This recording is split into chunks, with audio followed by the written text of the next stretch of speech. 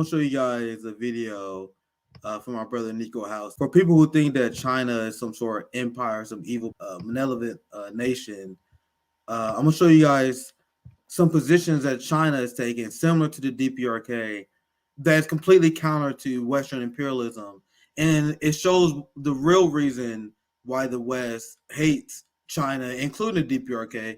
The DPRK, who for decades and decades called out the West for this Cuban blockade because they were blockaded as well, called out their overthrow, them attempting to overthrow Venezuela. They also called out in the DPRK for decades has been standing in staunch solidarity with the Palestinian people, which is even too much for RFK, right? So let's listen to this video. This is our friend Nico House. China says enough of the fighting. They want peace between Israel and Palestine. It is willing to help foster that peace themselves. That's right. China is saying that the only way that there can actually be peace in Palestine is if Palestine is made its own separate state and that they restore the 1967 borders. Now, this is pretty significant for several reasons. One being that there was no caveat that was included with the statement made by Xi Jinping. Usually when a superpower makes a statement like this, it's as long as Israel's okay with it. But this particular time, it seemed that Xi was determined to use China's superpowered position in the world to ensure that Palestine is given the equal representation that Israel has. But of course, I think we all know the real question is, will Israel actually play ball with China, or will they just literally use all of their money to influence all their politics like they do in the US? China said... Nico is making fantastic videos. And as you guys see, China uses their position as a superpower, their giant economy and trade that they do with countries, to influence them on the route of peace. That's how they got Saudi Arabia and Iran to agree to a peace deal. Because China is so important to both countries, China says, sit the fuck down and talk about peace. And they said, bet, because we about money too. So you see the difference for the people who think China's an empire compared to the United States? The United States used their position as an empire to squash any country that opposes them. They impose financial sanctions, create financial systems that bankrupt countries like Africa. They create SWIFT systems that is highly biased, that allow them to sanction the shit out of countries. They use their influence to promote war and conflict because, as the BlackRock guy told you, they benefit from it. The government that is paid off by defense contractors benefit from it. So the United States and the Western hegemonic machine roots for chaos, war, and death no matter what. China wants peace. China wants people to respect the sovereignty of other countries, which is why Xi Jinping backs the cause of Palestinian statehood. They can't get RFK to say that though, right? And this is based on the China peace proposal, the China overall peace statement that they sent to the global community, which is rejected by the West, by Zelensky in the United States. The Ukrainian peace proposal. What did the Ukrainian peace proposal say? The Ukrainian peace proposal said that we should respect the sovereignty of each individual country and nation. So they're respecting the sovereignty of Palestine, as you should. If you are anti-imperialist, if you respect the sovereignty of countries, you have to be anti-Zionism, which what Nkosi Mandela, the grandson of Nelson Mandela, said on our show, which is why Nelson Mandela and many amazing freedom fighters like the Black Panthers stood up for the Palestinian rights. So if you think we're going to portray these rights in favor of progressives except Palestine and any Democrat, anybody in the establishment, you're out of your goddamn mind. So if you want to know why China backs Palestine based on their overall thesis of a proposal that will create global peace, their emphasis on respecting sovereignty, because this is what happens when you don't respect sovereignty. This is the Zionist project. This is what the Zionist project leads to. If you think Israel is a legitimate state, you are an imperialist.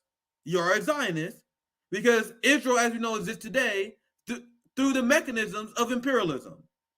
Because they are armed by the West, by one of the most powerful superpowers the humanity has ever seen, And they outgun Palestinians to the point where they can violate international law because they had the United States, UK, and many others backing them up, and it allows them to seize land illegally from Palestinian people. It allows them to seize people or seize land illegally from the Palestinian people. And if you don't have the courage to call this out, I'm not interested in you as any leader in any shape or form. Get in the back of the line, be an ordinary organizer, be an ordinary activist or promoter of causes. But if you're a Zionist like RFK, like Marianne Williamson, and the entire progressive left, I am not interested. Because this is the result of the two-state solution, as I was explaining to Marianne Williamson. So the people who still believe in the delusional two-state solution, which I did in the very early stages, like most people do, because we are brainwashed in the United States to believe that it's a peaceful solution. This is the result of the two-state solution. The genocide of the Palestinian people is the result of the two-state solution. The two-state solution is upheld because the United States and the West supply massive arms and gives advantage to the Israeli people over the Palestinian people. So, Zoya, any last thoughts? I think that's a good last rant for Nick and Knight. You know, I've been gone for 2 weeks. Had to hit it hard with you guys with foreign policy. A lot to talk about. Zoya, any last thoughts on this topic? And we go through super chats real quick before we actually leave. Well, thank God Russia and China are creating BRICS. Just recently, Laos, Cambodia, and Vietnam, I believe, started de-dollarizing. They're doing local trade in their currencies, and Brazil and Venezuela are doing that as well. We're seeing de-dollarization happen much quicker than I anticipated. So this is all actually firing back on the United States, and they're pushing of Russia and their unwillingness to live in a peaceful world that's focused on trade and the well-being of their communities has created this vacuum for countries like China to come in and create peace. I mean, look at Syria, Saudi Arabia, Iran. They're finally signing peace deals and trade deals, and they're building new trade routes.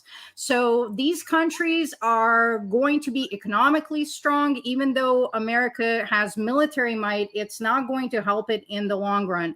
And I don't know how unhinged America is going to be and how many wars they're willing to start and how many bodies they're willing to sacrifice to hold on to this power that is going to slip away regardless. But I think our job here is to advocate for peace. No matter what, no matter where you stand, no matter where you disagree, peace should always be a non-controversial stance for all of us. And I just did not see the NATO left coming. I think it's partly a psyop, and the rest of the people are naive and propagandize against these countries and thinking that they're cheerleading for an underdog in Ukraine. But that is not what's happening in reality. In reality, U.S. is forcing its dominance on the rest of the world, and these countries have finally said enough is enough, and them uniting is a massive threat to America. Just like us as the proletariat uniting will be a massive threat to the power structures in this country.